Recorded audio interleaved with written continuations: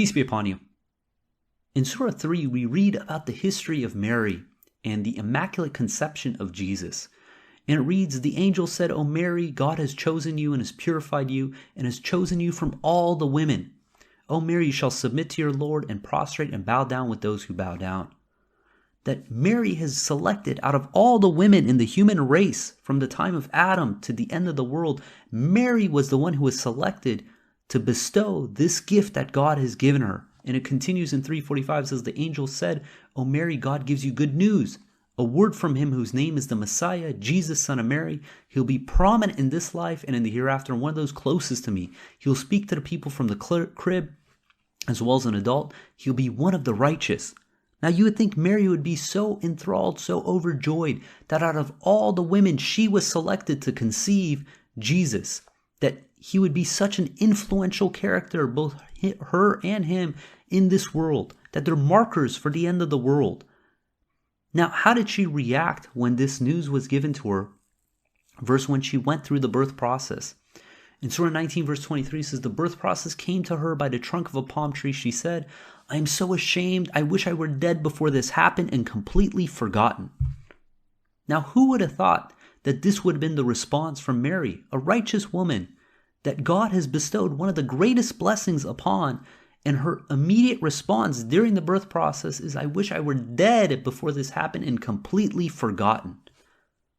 How often does God bless us with something that we fail to see the value in it?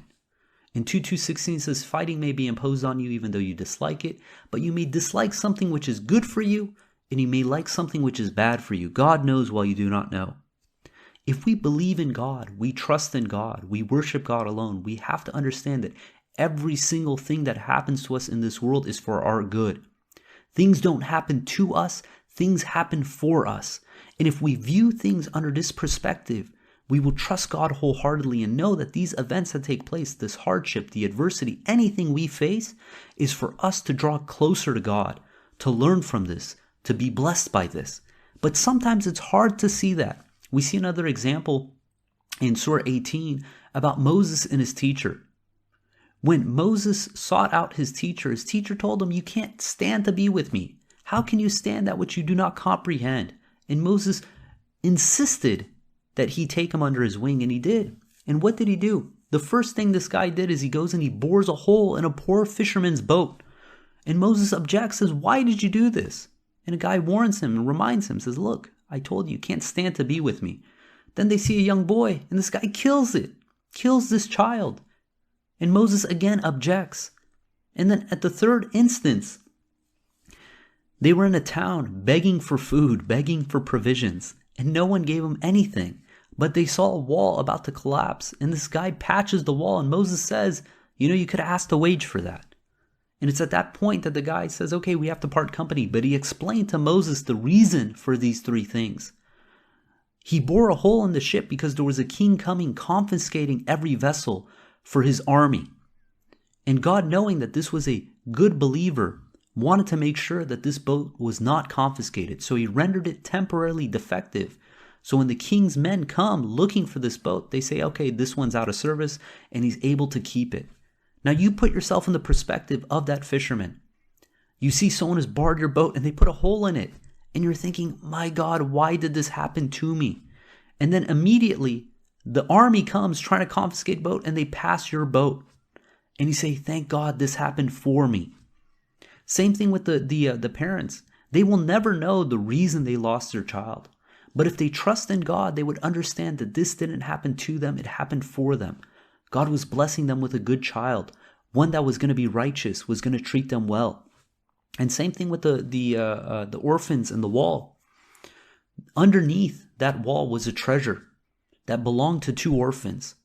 And based on the actions of that society, where they wouldn't even give Moses and his teacher any provisions, they wanted to secure that wall. So when it does crumble, the orphans are going to be of age and strength where they can claim their treasure.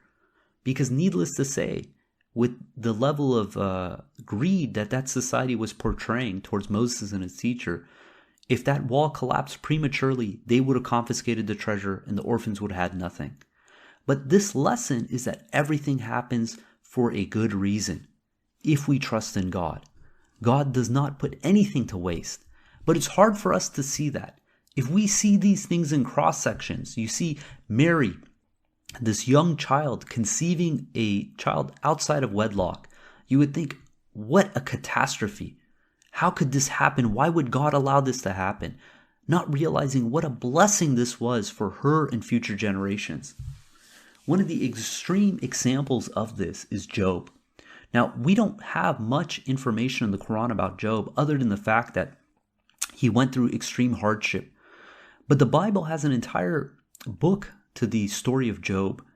And what we see is that when Job was afflicted, his immediate response was that he wished he was dead. But I want to read this to convey just how detailed he was in the sense of hoping that he just never existed. In Job chapter 3, verse 2, it says, he said, "May the day I was born be wiped out. May the night be wiped away when the people said, a boy is born. May the day turn into darkness. May God in heaven not care about it. May no light shine on it. May gloom and total darkness take it back. May a cloud settle over it. May blackness cover it up. May deep darkness take over night I was born. May it not be included among the days of the year. May it never appear in any of the months. May no children ever have been born on that night. May no shout of joy be heard in it." Now, to say that he wished he was dead is an understatement.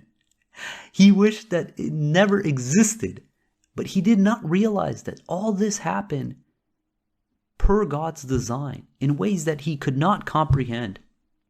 And for about 33 chapters, Job, his three friends, they're complaining. They're wishing that this never happened. Why would God allow this to happen? They never question God in that sense in the events, but they do question the fact of why is Job going through all this? Trying to find a reason. What happened? And finally, in chapter 38, God answers. And the answer that God gives is incredibly profound. And it reads in 38:4, "Where were you when I laid the earth's foundation? Tell me if you understand. Who marked off its dimensions? Surely you know. Who stretched a measuring line across it? On what were its footings set? Or who laid its cornerstone? While the morning stars sang together and all the angels shouted for joy." What I take away from this is the fact that, look, God created us, created this universe in such precision. We had previous episodes talk about the precision of the cosmological constant, the strong and weak nuclear force, that the astronomical preciseness of these calculations that God has set forth for the laws of physics, for the design of the human being, for all life to be sustainable, is absolutely astronomical. And no one questioned God's ability of doing that. But when it comes to our own lives, the events that we witness, the events that we experience, the hardships we face, immediately we start questioning God's wisdom. We start pondering, maybe he forgot, maybe there's something that he overlooked. Why is this happening to me? But we have to understand this is happening for us. God is using these events to bring us up. And in the case of Job, the devil was testing him, but if he passes his test, God is going to elevate him. In 21:83 of the Quran we read, "And Job implored his Lord, adversity has befallen me, and of all the merciful ones you are the most merciful. We responded to him, relieved his adversity, and restored his family for him, even twice as much. That was a mercy from us and a reminder for the worshipers." If we trust in God, there is no hardship, no adversity, nothing that would faze us, because we realize that this is all happening for our good. Even if we don't understand it, we trust in God and we trust in God's system. And God gives us so many examples in the Quran to reinforce this for us, because it's hard. When we're facing hardship, when we're facing adversity, to realize that God is in complete control, that not an atom is out of our Lord's control, it's hard. We have another example of Joseph. Joseph at a young age, because he was favored by his father, his 10 older brothers turned on him and left him for dead in a well. He was sold off to slavery. He was falsely accused and thrown into prison. Now, who would have saw these events transpire and think that this is happening for Joseph's good? But God consistently in the Surah Joseph says that he established Joseph after these events. It's because he had to go through these events in order to be promoted, in order to be elevated, in order to be able to become the treasurer of all of Egypt, to save his family and future generations from famine. This is part of God's system. If Joseph didn't go through these hardships, he would not be able to live up to his potential. And God did these for his good. God did not do these to him to punish him. He was doing this to promote him. And the reality is, even if this is a consequence to our actions, that we step out of God's kingdom and we suffer some retribution because of this, that even then, if we turn to God wholeheartedly, God can turn these events for our good. God, who designed a system that a lump of coal can transform into a diamond, that a sand can turn into a pearl, that a caterpillar can transform into a butterfly, can transform any situation in our lives. God gives us the example of putrid water, water that is undrinkable, it's salty. God created a system to purify that water. In 56:68 says, have you noted the water you drink? Did you send it down from the clouds, or did we? If we will, we can make it salty. You should be thankful. In 15:22 reads, and cause water to come down from the sky for you to drink. Otherwise, you could not keep it palatable. God created a system. No matter how far off we get, if we turn wholeheartedly to God, if we trust in God, we implore God loudly, God can transform these situations into blessings, can take our bad deeds and transform them into righteous credit. This is the power of God if we trust in God, if we trust in His system. We see that again in the example of Joseph. Joseph slipped. Despite all the blessings God has given him, when he was in prison and he had two prison mates who had a dream, he forgot God momentarily. And we read in 12:36 says, two young men were in prison with him. One of them said, I saw in my dream that I was making wine. And the other said, I saw myself carrying a bread on my head with which birds were eating. Inform us of the interpretation of these dreams. We see that you are righteous. And this is Joseph's response in 12:41. It says, O my prison mates, one of you will be the wine butler for his Lord, while the other will be crucified, and birds will eat from his head. This settles the matter about which you inquired. He then said to the one to be saved, remember me at your Lord. Thus the devil caused him to forget his Lord, and consequently he remained in prison a few more years. So Joseph slipped. He messed up. But God does not change the situation because of this slip, in the sense that He allows him to grow, to learn from this, to become more righteous from it. And despite the fact that he had to stay in prison a few more years, it was for his own good. Imagine a bird in a shell, and we get impatient and we think we're going to help the bird by cracking that shell open to get him out. What's going to happen to that bird? Needless to say, it's not going to survive. There's a system, there's a time, there's a place by which at the right time, the bird is going to come out of that shell. And it's going to have the strength, the capability of surviving the next stage of its life. If we're premature in that and we try to rush things, we're only going to be doing it to our own detriment. And we have to trust in God. God, who again created this universe, created ourselves in such absolute precision, with such detail.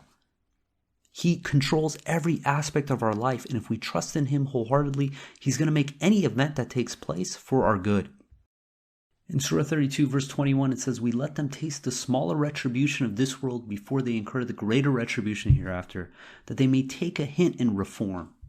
God is allowing us in order to slip and to learn from our consequences, so we don't repeat the greater mistake of neglecting this life and it's neglecting the hereafter for temporary gains. In 4:147 it reads, what will God gain from punishing you if you became appreciative and believed? God is appreciative, omniscient. The other thing we learn from the story of Joseph is that there is a season for everything. There's a season that's for winter, there's a season for summer, there's a season for spring. And if we try to rush these events thinking we know better, we're only going to be disappointed. We're going to get frustrated. We're going to get impatient. And when the wine butler for the king has a dream, it reads in 12:43, it says, the king said, I saw 7 fat cows being devoured by 7 skinny cows and 7 green spikes of wheat, and the others shriveled. O my elders, advise me regarding my dream, if you know how to interpret the dreams. They said, nonsense dreams. When it comes to the interpretation of dreams, you are not knowledgeable. The one who was saved from the prison said, now that he finally remembered, I can tell you its interpretation, so send me to Joseph. In 1246 says, Joseph, my friend, inform us about the 7 fat cows being devoured by 7 skinny cows, and the 7 green spikes and the others shriveled. I wish to go back with some information for the people. He said, what you cultivate during the next 7 years, when the time of harvest comes, leave the grains in their spikes, except for what you eat. After that, 7 years of drought will come, which will consume of most of what you stored for them. After that, a year will come that brings relief for the people, that they will once again press juice. God is telling us there's a season for each thing. God could make it perpetually. All the harvest comes in abundance, but no, there's going to be times of abundance, times of scarcity. And it's this alternation that strengthens us, that makes us appreciative. Because if we have everything, if we always have all the provisions we want, we become sadly unappreciative. In 3:140 it says, if you suffer hardship, the enemy also suffers hardship. We alternate the days of victory and defeat among the people. God thus distinguishes the true believers and blesses some of you with martyrdom. God dislikes injustice. God thus toughens those who believe and humiliates the disbelievers. God uses this process of changing, alternating victory and defeat in order to toughen us, in order to strengthen us for our own good. These things don't happen to us, they happen for us. And if we trust in God, we trust in the process, we'll realize that nothing will faze us. We see the example of Saul when he took command of the troops. He told them first that, hey, we have to go fight. And some people dropped out. Then he said, hey, when you get to the stream, don't drink except for a single sip. And some more dropped out. And then when they finally had to face Goliath and his troops, some of them said, we're too weak to face Goliath. And the response of those who believed, they said, those who were conscious of meeting God said, many a small army defeated a large army by God's leave. God is with those who steadfastly persevere. The response from the hypocrites is always one of doom and gloom and bitterness. And we read in 33:12 says, the hypocrites and those with doubts in their hearts, they said, what God and his messenger promised us was no more than an illusion. In 22, we read how the true believers respond to adversity and hardship. In 22, it reads, when the true believers saw the parties ready to attack, they said, this is what God and his messenger have promised us, and God and his messenger are truthful. This dangerous situation only strengthened their faith and augmented their submission. At times of hardship and stress, do we become despondent? Do we become hopeless? Do we beat ourselves up and think that God made a mistake, that God forgot, that God isn't there, isn't aware of what's going on? Or do we become strengthened during these events and we draw closer to God and we become more confident of God's promise? The choice is ours. The only difference is a change of mentality. If we can move past, why is this happening to me, to understand that this is happening for me, we can transform any situation. But if we don't, if we continue down that path of thinking that things are happening to us, that God has neglected us, that God is not holding up his promise, then we could fall into the camp of the hypocrites. In 29:2 it says, do the people think that they will be left to say we believe without being put to the test? And then it continues in verse 10. It's talking about these fair weather friends. Is among the people there are those who say we believe in God, but as soon as they suffer any hardship because of God, they equate the people's persecution with God's retribution. But if blessings from your Lord come your way, they say, we were with you.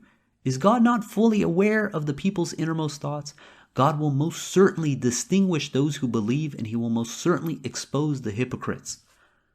Part of the lesson we have to learn in this life is that God is doing these things for our good. God is doing these things for us to see, do we trust in him? And if we do trust in him, God is going to use these situations to promote us, to make us into better people, to make us have the right priorities. We read in 3:165 about the people who lost their companions because they had to go to battle. And it reads, now that you have suffered a setback, and even though you inflicted twice as much suffering upon your enemy, you said, why did this happen to us? Say, this is a consequence of your own deeds. God is omnipotent. What afflicted you the day the two armies clashed was in accordance with God's will, and to distinguish the believers and to expose those who were told, come fight in the cause of God or contribute. They said, if we know how to fight, we would join you. They were closer to disbelief than they were to belief. They uttered with their mouths what was not in their hearts. God knows what they conceal. They said of their kinsmen as they stayed behind, had they obeyed us, they would have not have been killed. Say then, prevent your own death if you are truthful. You know, the difference between a believer and a hypocrite is a believer trusts in God wholeheartedly, is not going to have any fear, any grief, knows that everything that happened is for our own good, that there's a good reason for it all. But if we're constantly mulling over in grief, bitter, depressed, despondent, hopeless, then we're going to believe that God is not in control. We think that everything is happening haphazardly, that God forgot, that God is not upholding his part of the agreement. And there's a difference between being a weak believer and a hypocrite.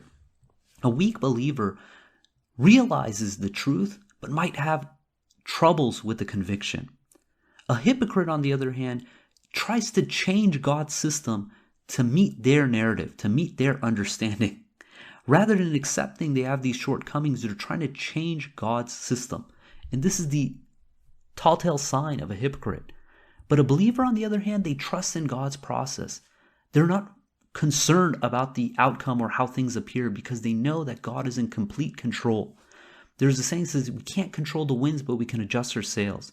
And we can't control the outcome, but we can control our input. Can you go through that experience and feel good about the decisions you made, knowing that you did your part? Because if you do, and you trust in God, you know that God is going to live up to his part of the agreement. You look at the example of a farmer. The farmer knows that there's a time for sowing seeds and there's a time for harvest, and is trusting in God's system. Similarly, we know that if we do good things, that if we work righteousness, that we give to charity, we attempt to be the best people we can, that we trust in God wholeheartedly, that these things ultimately are going to work out for our benefit, both in this life and in the hereafter. And there's a quote about a stonecutter. When nothing seems to help, I go back and look at the stonecutter hammering away at his rock, perhaps 100 times without as much as a crack showing in it. Yet at the 101st blow, it will split in two. And I know it was not that blow that did it, but all that had gone before it. You know, what we do every day is more important than what we do every once in a while. We have to have a continuous mentality that God is in control, that these things that happen in our life are for our good. And as long as we're worshiping God alone, we trust in God wholeheartedly, we have nothing to fear. Because you look at these examples that God gave us of Job, of Mary, of Joseph, that if you saw these moments in their life, the cross section, you would think that they were doomed, that God forgot about them, that God messed up, astaghfirullah. But we know, because God has given us the end, has shown us not only these cross sections, but how things transpired, that all these events happened for their good, that they were elevated from this, that they were promoted by these events. And we have to have that same mentality in our life. God did not forget. God used such precision in the creation of the universe as well as ourselves and in every single thing that happens in our life. And I'm going to read again the verse in 1061. It says, "You do not get into any situation, nor do you recite any Quran, nor do you do anything without us being witnesses thereof as you do it. Not even an atom's weight is out of your Lord's control, be it in the heavens or the earth, nor is there anything smaller than an atom or larger that is not recorded in a profound record." God is doing absolutely everything. And if we trust in God, we know that we're in good hands. And we trust in God, and we're going to grow from these events as they transpire. God willing, we're going to end there. If you guys got comments or questions, please hit us up at qurantalk@gmail.com. And until next time, peace and God bless.